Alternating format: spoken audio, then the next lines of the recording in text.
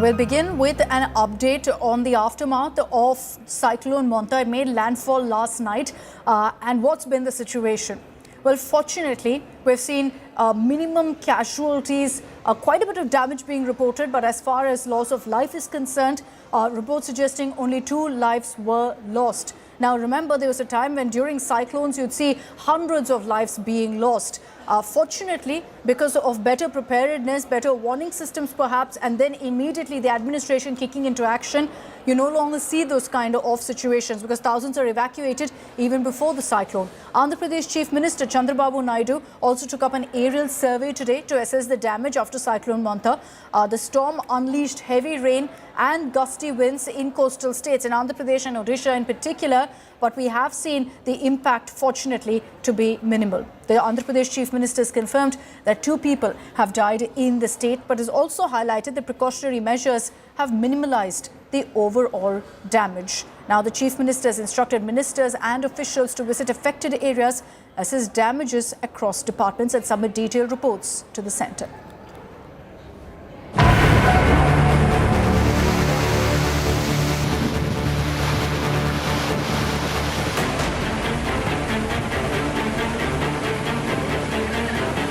I am right now opposite the Machilipatnam bus stand where the restoration process is ongoing. A tree which has been uprooted at this particular junction, blocking the whole road, is being moved by the JCB. Now here, this JCB is being used as a restoration process after this huge tree had fallen on this road, and this road was blocked partially, after which now the JCB is clearing off. Several other incidents where barricadings that were placed in here have been displaced during the heavy winds that have taken place.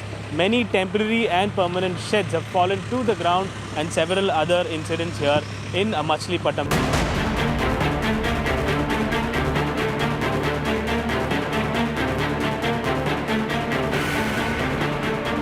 Sir, what is the current situation? Landfall in this particular land, a very big task yesterday. What is the situation? Any loss of life or restoration work? How's it going?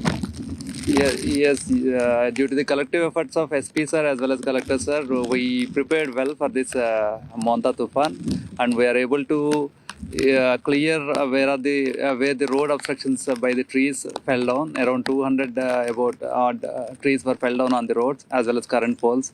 Entire night this relief works have been going on, and we are able to clear all road blockages by now. And now it appears to be normal situation in Machilipatnam.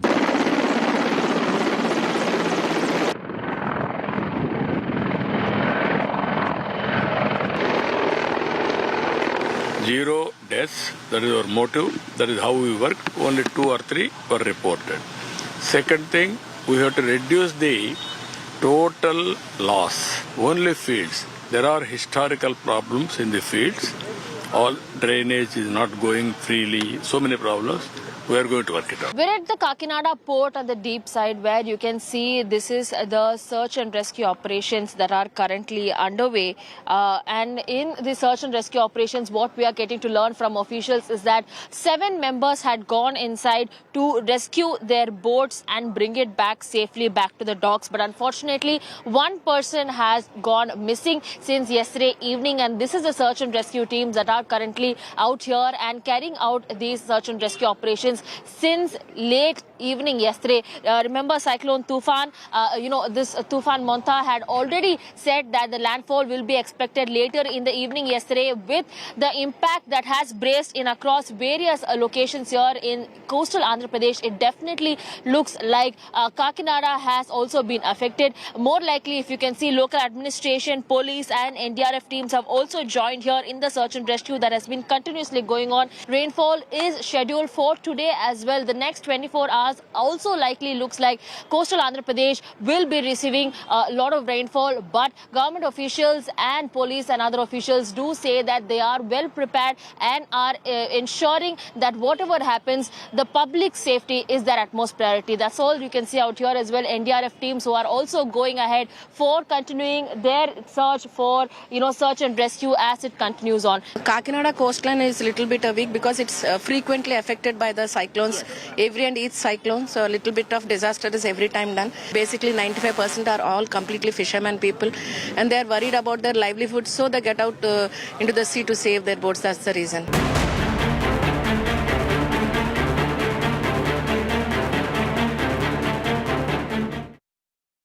Okay, let me bring in Abdul Bashir, who's joining us from Machilipatnam to get us a sense of what really was the impact of the cyclone. Abdul, you've been out there through the night tracking the movement of the cyclone. It brought with it, of course, extremely harsh, strong winds and rainfall. But what we're seeing on the ground is that as far as damage to life is concerned, it's been controlled because of the kind of preparedness that we saw on ground. Well, yes, Akshita, after the preparedness had begun day before yesterday, thousands of people were relocated from low-lying areas.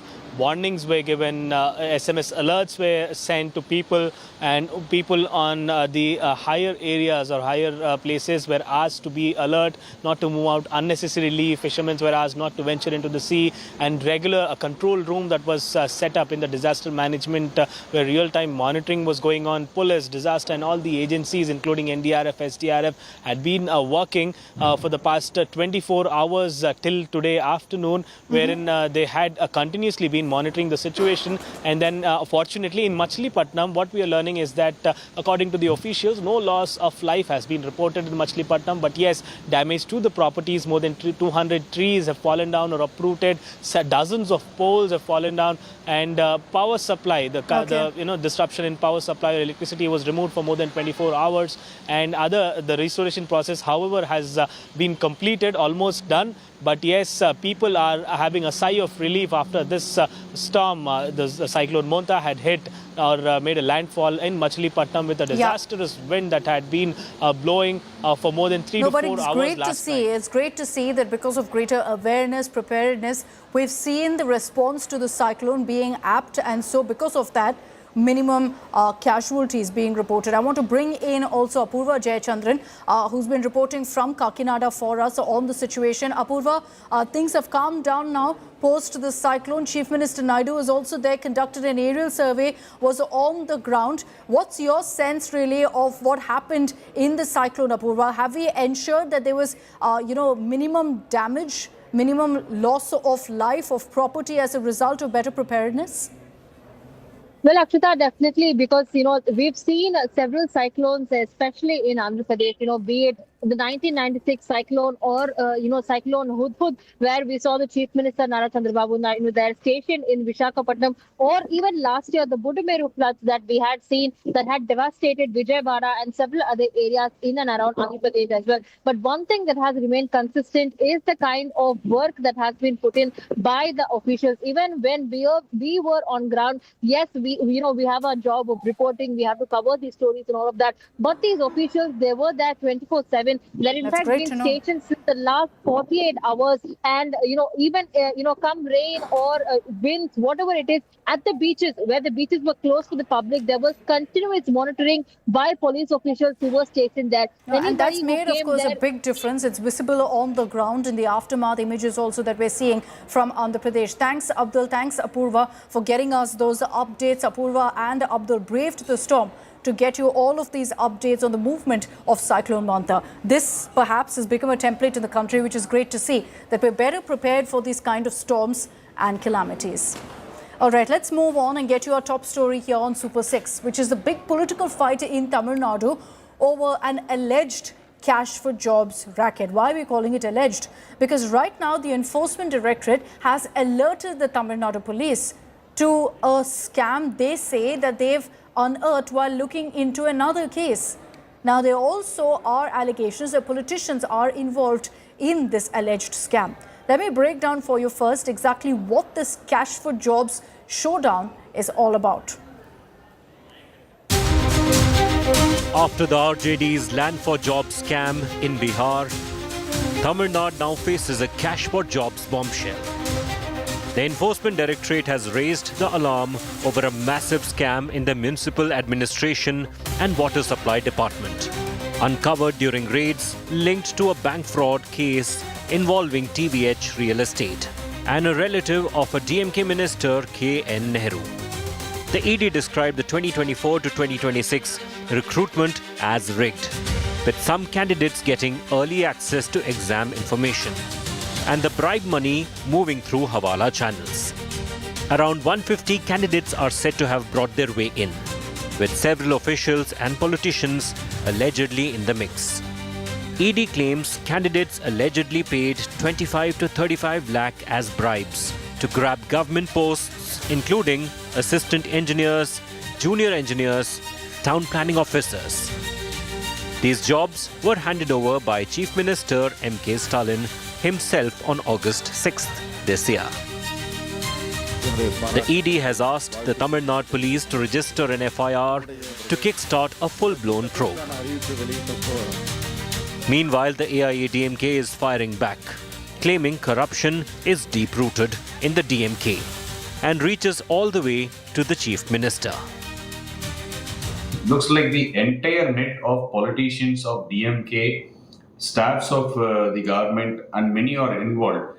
And ED had sent a letter to the DGP asking him to file an FIR so that they can proceed with the investigation. Clearly shows how corruption is deep-rooted in this DMK.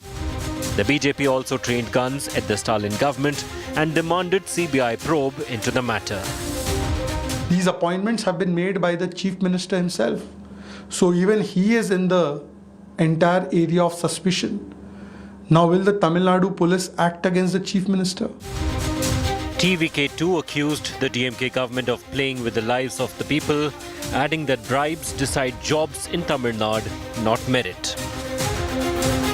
The ED pushes for action, the police holds the key, and the state braces for what could be one of its biggest scams yet. With Pramod Madhav, Bureau Report, India Today.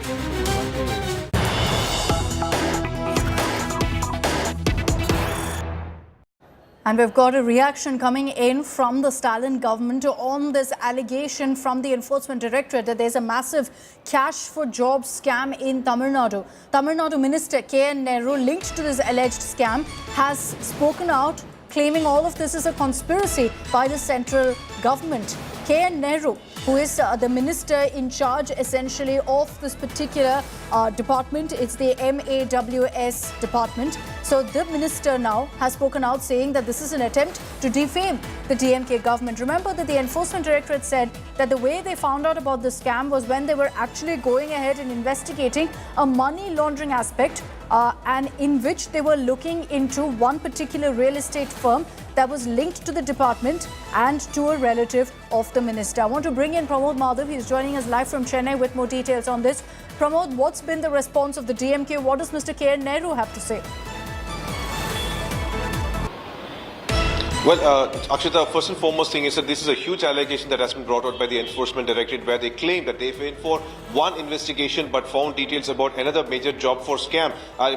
Cash for job scams. And this is the second one when it comes to the DMK government, where earlier one involving Sendil Balaji is already under investigation. Yeah. This is where EPS, TVK and various leaders have come forward claiming that this scam is close to rupees 800 crores. And now K.N. Nehru, the minister, has come forward and said that since AIADMK period, a lot of jobs were vacant, and that is why they had to go ahead and conduct the program like this and bring in. And he claims that not even one candidate has gone ahead and find any kind of discrepancy against it, and he has called it a conspiracy. However, the ED letter categorically says that they have digital evidence for nearly 150 candidates who were involved in getting the job this way, had paid nearly 25 to 35 lakh rupees based on the job. So that is why it is turning out to be a huge issue, why EPS now is demanding an FIR, Akshita. So the allegation that's coming from the opposition is that this is a scam that runs up to the tune of about 800 crores. But mind you, these are all allegations right now. Thanks, Pramod, for joining us with those details. Let's get you more reactions coming in.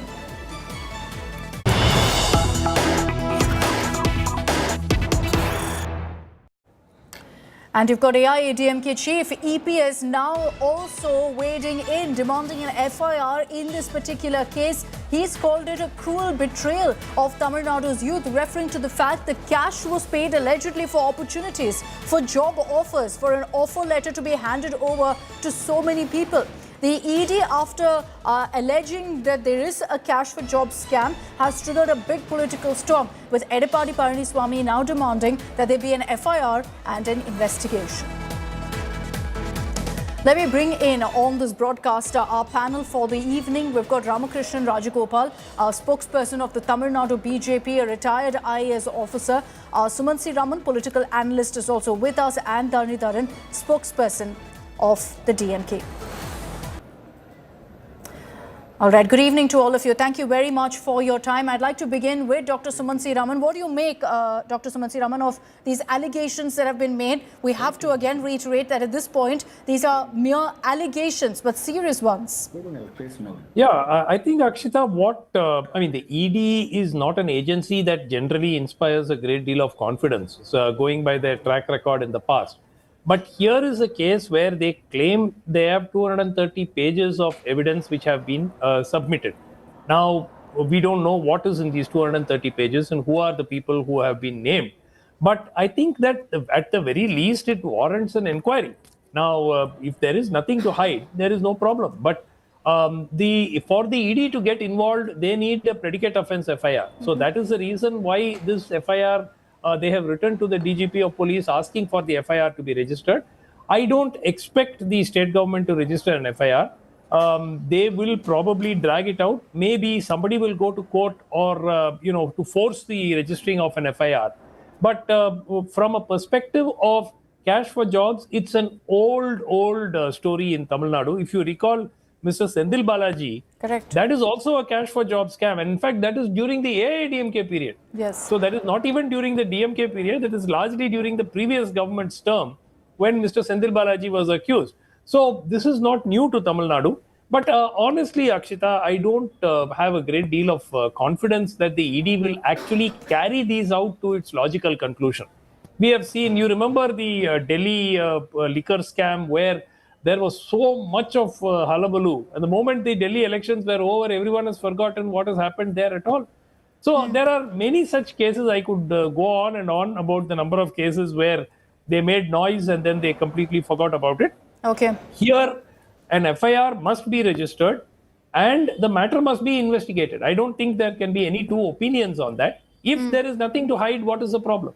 Dhanidharan, your opening comments on these serious allegations. I know that the DMK has come out to refute them, but would you be open and would you be willing to go ahead and order an investigation into these allegations by the Enforcement Directorate? Yeah, as you said, it's an allegation, right? Anyone can allege anything on anybody. No, but this isn't an individual allegation. Who is alleging? Do they have credibility? So ED neither has credibility nor the locus standi.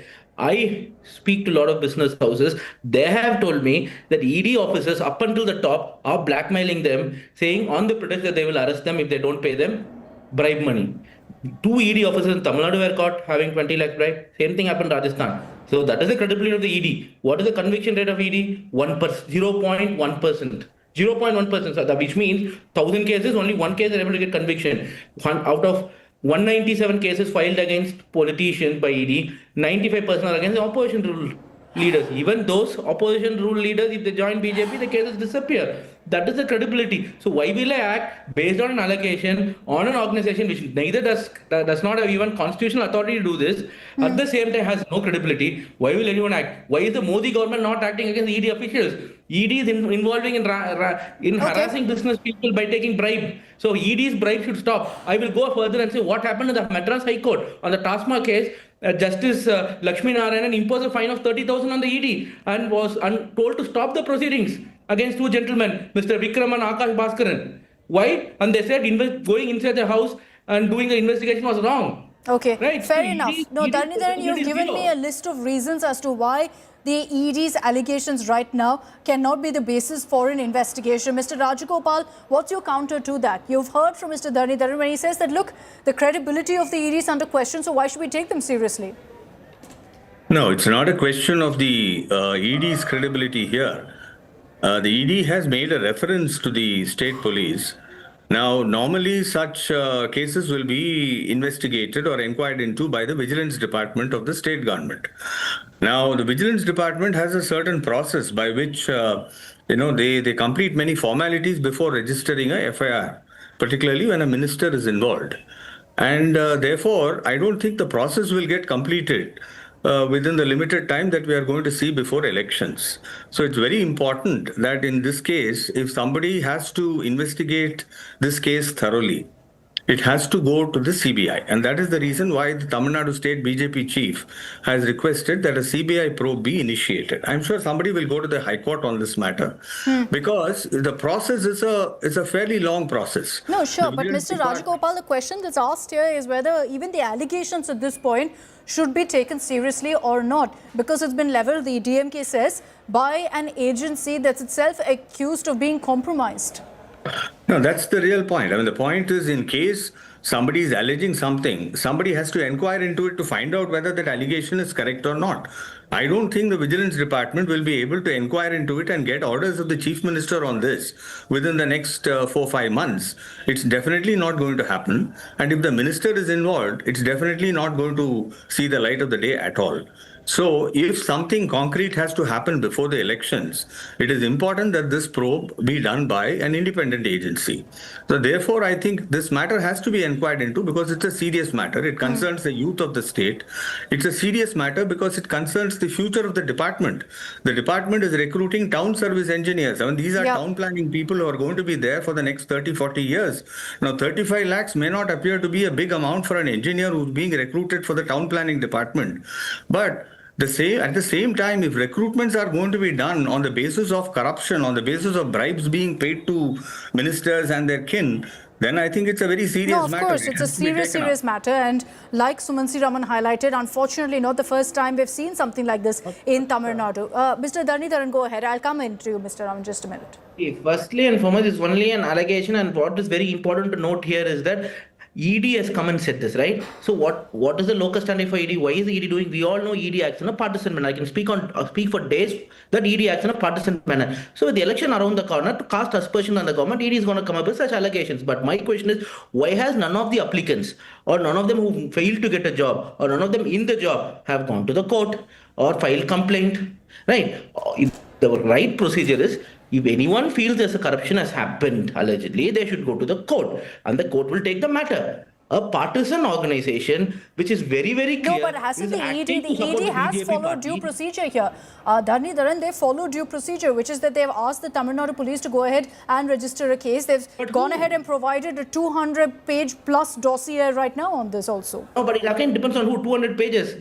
We have to see what the 200 pages is, right? You can write nonsense for 200 pages, 400 pages. I read a lot of books every day, complete garbage for 200, 400 pages. But what is there in the 400 pages matters. And I'm saying, why should the ED get involved in it? What is the locus standi for the ED? A partisan organization which job is to help the BJP party. No, are you suggesting that the ED as an agency should, kind of look the other way if they find an allegation of a scam? But not ED. I'm saying the people who are affected should come. Okay. Or the court. Anyone can order, right? I can come and say that, for example, my dear friend Sumansi Raman has stolen 10 crores and filed some 200 pages, write some nonsense and submit. Should the police start investigating him? No, I think but there's a difference between an individual and the ED. Yes, Dr. Raman. Akshita, my point is very simple.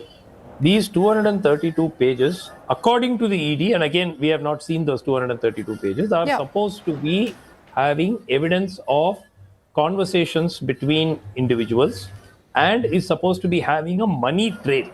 Now, are these transactions genuine? Have they happened?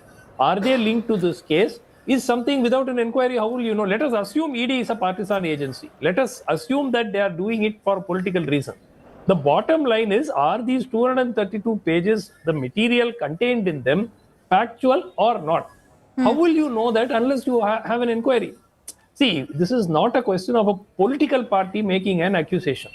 Now, there may be a logical explanation for those transactions, which may not be indicate a scam. We don't know. The challenge is here, Mr. Raman. You've got on one side the DMK saying, look, this is the ED levelling an allegation. There's no need to take it seriously. On the other, the BJP saying that we need a CBI investigation, which the DMK will never agree to, saying agency is compromised. So then where do we find ourselves here? Forget the ED. Let's assume ED is partisan. They have submitted 232 pages. Release those 232 pages. Does it contain actionable evidence? Does it contain money trail? Is there another explanation for the money trail? Is there a logical explanation? What are the seizures that they have made during these raids? So how are they linking them to this case? Nothing is known now. And yet we are saying that there is no need because ED is biased. Let's assume ED is biased. But are these allegations factual or not? Are these 232 pages right or not? Serious enough for an investigation, essentially. But Mr. Rajagopal, one point that Dhanidharan has raised here is that, look, where's the trail of a scam? If this is indeed true, what the ED has alleged, where are the victims? Why have they never spoken out before? I think that's a point which I wanted to counter. Yeah. Now, nobody who's been recruited is going to raise this issue because he would lose his job in case he raises this issue. But those who were rejected, yeah. And those who've been rejected, probably have not been approached for payment of this money, one, or it is quite possible that even though they have paid, they are maybe under some sense of fear that action could be taken against them or a police case could be registered against them in case they come up with the information. You see, we must understand that what is being asked for is only a FIR and not a charge sheet. There's a lot of difference. A FIR is only a first information report. But the point is that once a FIR is registered, the ED will come into the scene and start looking at the money trail. Then the case could be established. The economic offense could be established. The money trail can be established. But here, I'm sure the FIR will be delayed deliberately because even though a prima facie case may be seen, they will definitely not register a FIR because they know that once a FIR is registered, automatically the ED will come into the picture. So the predicate offense will have to be registered first. Now, therefore, it looks like somebody else will have to come in and register the FIR because the case is against a senior minister of the government. We are all aware that the agency which is called as True Value Homes is a real estate agency which has been engaged in building construction and raising of flats and real estate for a long time. Yeah. And it's very, very closely connected with that minister. So therefore, I don't expect that the state police will be able to do much in this. There is a process which is there. First, the vigilance department has to send a report. So in such a circumstance, Dhanidharan, your response, when Mr. Rajagopal says that it looks unlikely that there will actually be any sort of investigation or registration of an FIR. Look, you may say that these are just allegations, but they are very serious. When we talk of cash for jobs, that's something that's rocked Tamil Nadu before, and it's something that's very sensitive because we're talking about youngsters, we're talking about opportunities being perhaps taken away, stolen away from them. So is the DMK open to an investigation or not? See, firstly, I will go and rebut Mr. Sumansi Raman when he says the 230 pages could be released by the Tamil Nadu police. I'm saying the ED has sent the documents. ED can release it to the public. Public can have a look at it. Anyway, it's a public document, it's a public organization. People deserve to know. And secondly... No, but Dhanidharan, the moment it's released, you will immediately say ED leaks are going out to the media.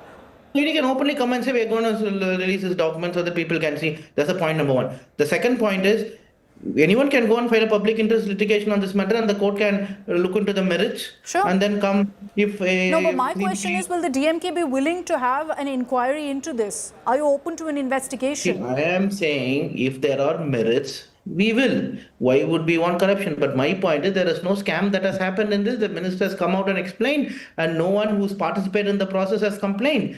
And again, whatever my BJP spokesperson spoke was all assumption. They may not come because they're in the job. They may not come because the others are in fear or they don't know what happened. It's all assumption. I am saying the exams genuinely happened and they were genuinely recruited. And that is why there is no one coming and complaining. You are saying no, they are threatened, or they are not genuine. It's all assumption. How do you know the truth? I can come and tell anything. I can come and allege anything. I can allege on Sumansi Raman, I can allege something on the BJP spokesman. But where is the proof? Okay, final comment from Mr. Sumansi Raman. Final comment, Mr. Sumansi Raman, looking at the timing of this, the fact that these allegations have come to the fore just months before an election, that's what also leads to all of the questions about whether this is a political conspiracy. Look, Akshita, I have not an iota of doubt that based on the past track record, the ED is a partisan organization, right? So and they dance to their to tune of the masters at the center. So I have no hesitation in voicing that. Having said that, here is an allegation that the ED has made. Now, is there evidence in it, or is there? If there is no evidence, what should be the argument? Look, we are clean, nothing has happened. Please go ahead and we will file an FIR. Our vigilance department, actually, it makes more sense for the state government to file an FIR and say and drag the investigation out rather than refuse to file an FIR and allow the court to get involved and maybe order a CBI inquiry. So actually, if I was a state government person, I would probably say file an FIR, give it to the vigilance department, let them take their own sweet time with the investigation, drag it out till after the election.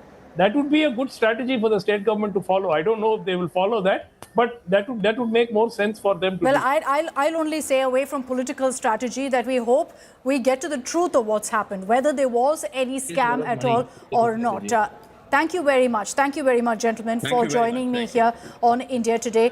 We will continue to, of course, track this story very, very closely, because now, with the Enforcement Directorate submitting this 200-page dossier, we'll have to see if there is a formal investigation or not into these allegations of a cash for jobs scam in Tamil Nadu. I'm slipping into a short break here on Super 6. I am, however, going to give you these images of Tamil Nadu Chief Minister M.K. Stalin in Tenkasi today, in a moment of interaction with girl students actually trying his hand at Silambam. And doing quite a good job at it. Enjoy this.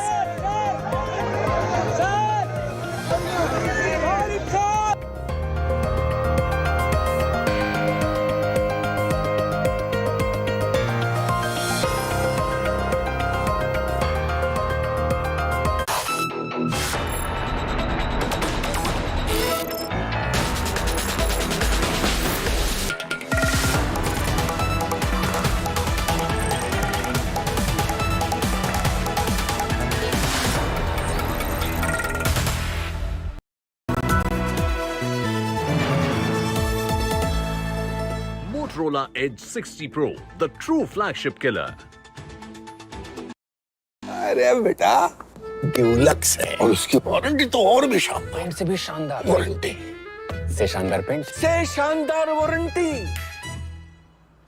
से शानदार paint warranty. Dulux, decide करना मुश्किल हो जाएगा कि paint ज्यादा शानदार है या उसकी वारंटी। ऋण है कोई पहले का हिसाब किताब,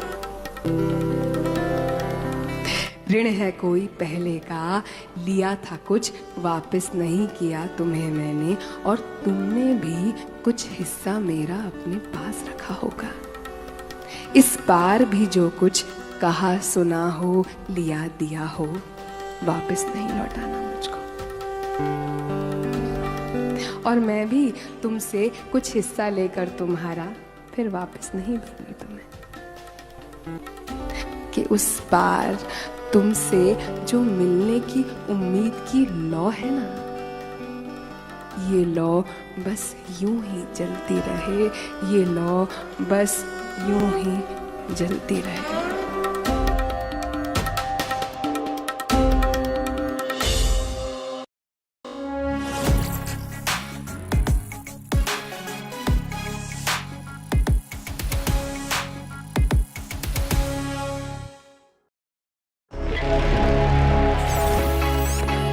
Long night? You have no idea. I got you.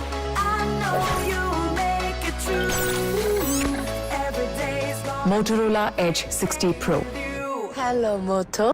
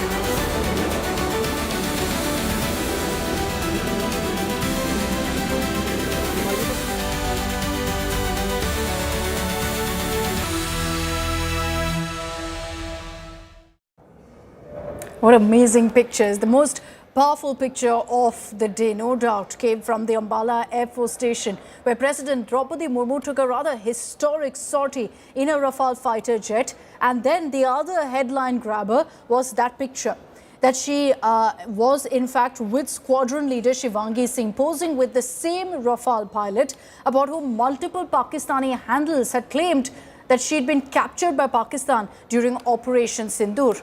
Clear messaging there, but let's also focus on the Nari Shakti moment. Dressed in a G-suit, President Murmu flew in the same Rafale that participated in Operation Sindoor.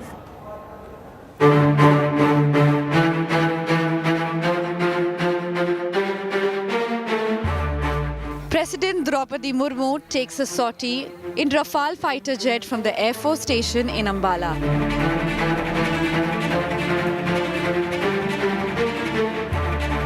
The President, who's the Supreme Commander of the Indian Armed Forces, flew for around 30 minutes. The jet was flown by Group Captain Amit Gehani, Commanding Officer of the 70 Squadron. Air Chief Marshal A.P. Singh was in flight on another Rafale aircraft when the President was in the air. The Rafale jet President Murmu flew was used in Operation Sindoor, which saw the Indian Air Force bombing terror headquarters deep inside Pakistan just a few months ago. President Murmu also posed with squadron leader Shivangi Singh, the same fighter pilot about whom multiple Pakistani social media handles falsely claimed that she had been captured by Pakistan during Operation Sindoor. Squadron leader Shivangi Singh had earned her qualified flying instructor badge at Tambaram in Tamil Nadu on Tuesday. Later in the visitor's book, the President noted, "The sortie on the Rafale is an unforgettable experience for me. The first flight on the potent Rafale aircraft has instilled in me a renewed sense of pride in the nation's defense capabilities." Draupadi Murmu has become the first president to fly the Rafale jet. She had taken her maiden sortie in Sukhoi 30 Mark I fighter aircraft in 2023. Bureau Report, India Today. So many takeaways really from that moment of President Murmu taking that sortie in the Rafale. And joining me on this broadcast is Shivani Sharma as well as Gaurav Sawant to talk about really some of those big headline moments. Gaurav, I'll come across to you first on the multiple messages that it sends across to Pakistan. First, the Rafale jets that were part of Operation Sindoor. President Murmu was taking that sortie in one of those jets. Secondly, that picture with squadron leader Shivangi Singh. So the picture with Shivangi Singh that Pakistani social media had claimed had been taken prisoner of war, captured and taken prisoner of war by Pakistan during Operation Sindoor, when Pakistan claimed it had downed a Rafale. It just completely, that lie has been called out, and not by India clarifying or giving any facts that Pakistan desperately sought, but by just putting squad leader Shivangi Sharma out there in public domain, Shivangi Singh in public domain. That's point one. Point two, she was in Tambaram. She's become a QFI qualified flying instructor. She was always in India. None of the aircraft anywhere crossed the LC or the IB to hit across. Now you're using BV, beyond visual range missiles and the kind of weapons and systems India used. None of our fighter jets crossed across and were shot down.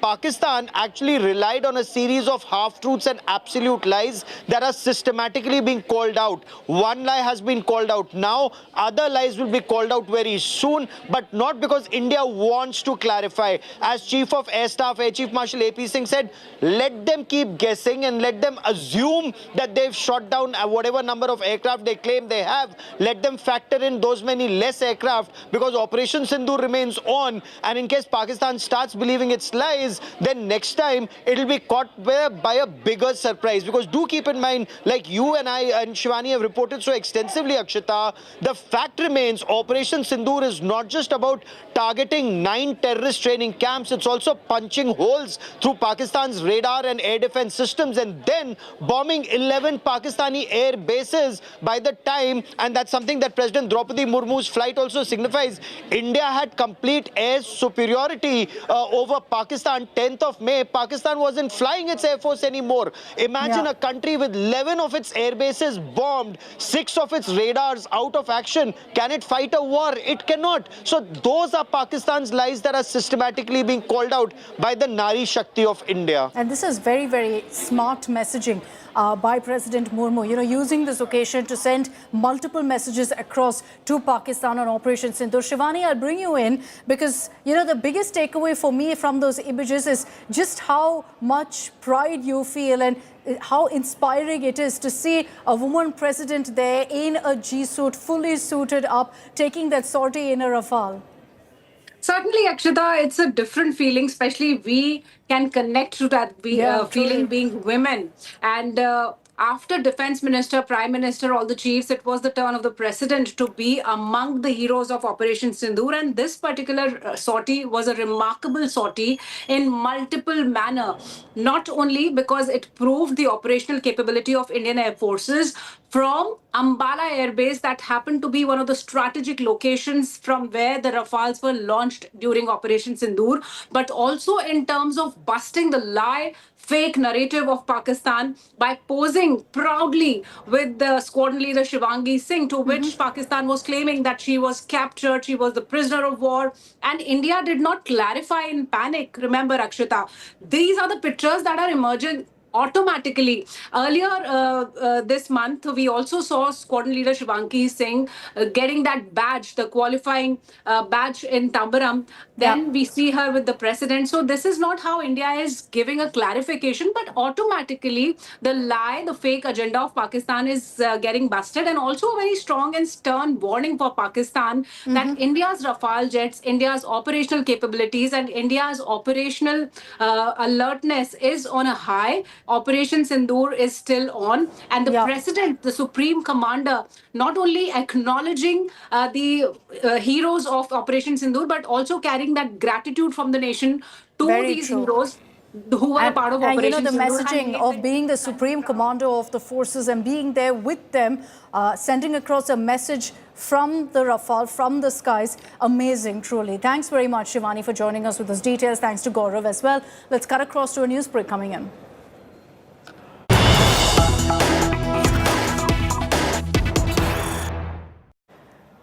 And there's been an explosion reported in Handwara village in Jammu and Kashmir in which 4 boys, children, have been injured. Here's what we know right now. The blast took place when a group of children were playing cricket. This was in an open field.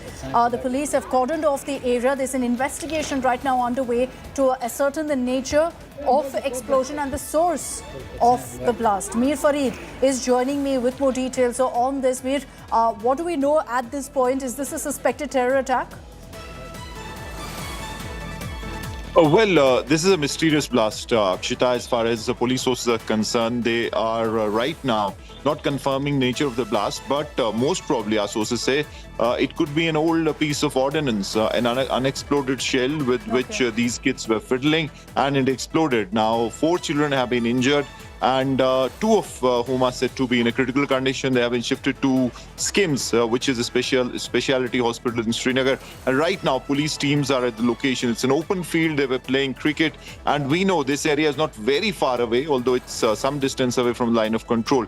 But there could be a case where there was an unexploded ordnance, an artillery shell, most probably, with which they were fiddling, and it exploded. Now, nature of the blast is being ascertained. But as of now, the police have said that it's not a terror attack. All indications suggest that it was a piece of ordnance, probably an old rusted shell which you're fiddling with, and it exploded, causing these burn injuries. Akshita? Unfortunate incident. 2 boys, as Mir tells us, are critical at this point. So our prayers with them, with their families. Thanks, Mir, for joining us with those details. And with that news break, I'm wrapping up this edition of Super 6. Thanks very much for tuning in. Coming up on the other side, we'll get you a special ground report from Bihar. Preeti Chaudhary is back with Election Dispatch.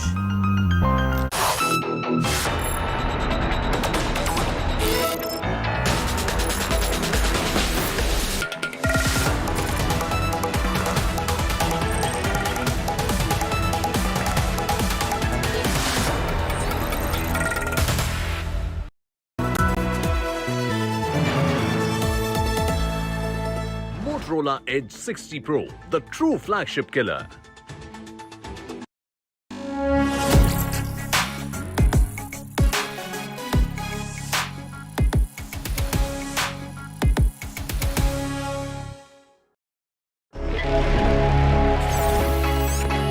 Long night?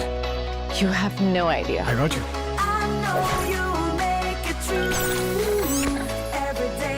Motorola Edge 60 Pro. Hello, Moto. Motorola Edge 60 Pro, the true flagship killer. Hi, here are the top headlines presented by Motorola. Amit Shah on NDA's CM face says, no vacancy for CM post in Bihar. Rahul Gandhi attacks PM Modi. Says he can do anything for votes. Rohit Sharma becomes oldest #1 batsman in ICC ODI rankings.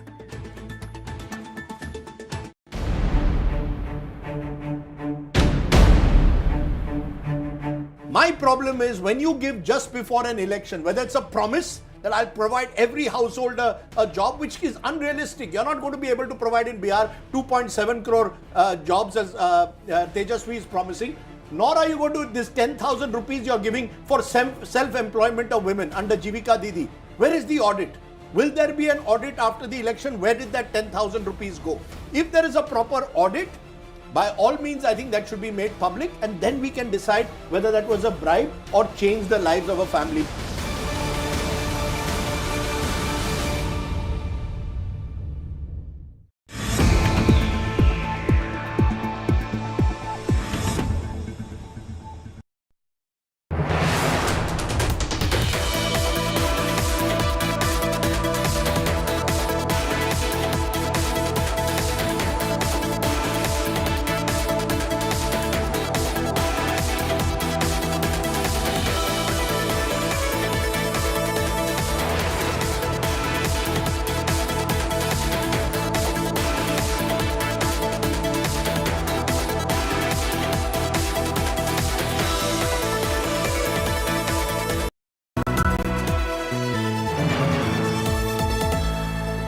Motorola Edge 60 Pro, the true flagship killer.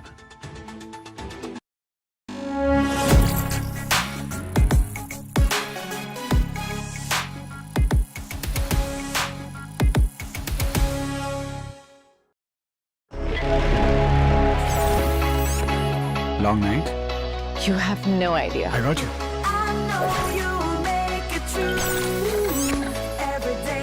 Motorola Edge 60 Pro. Hello, Moto.